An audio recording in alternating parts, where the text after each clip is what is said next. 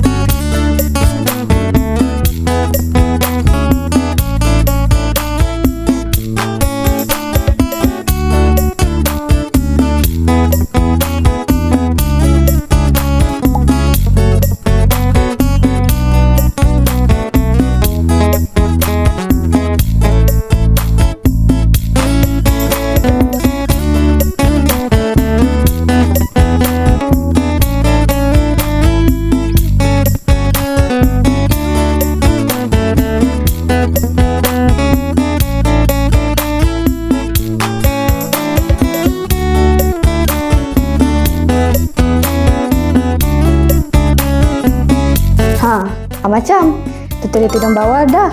Lepas ni korang nak tutorial tudung apa pula? Cuba korang komen kat bawah. Jangan lupa like dan share video ni, okey?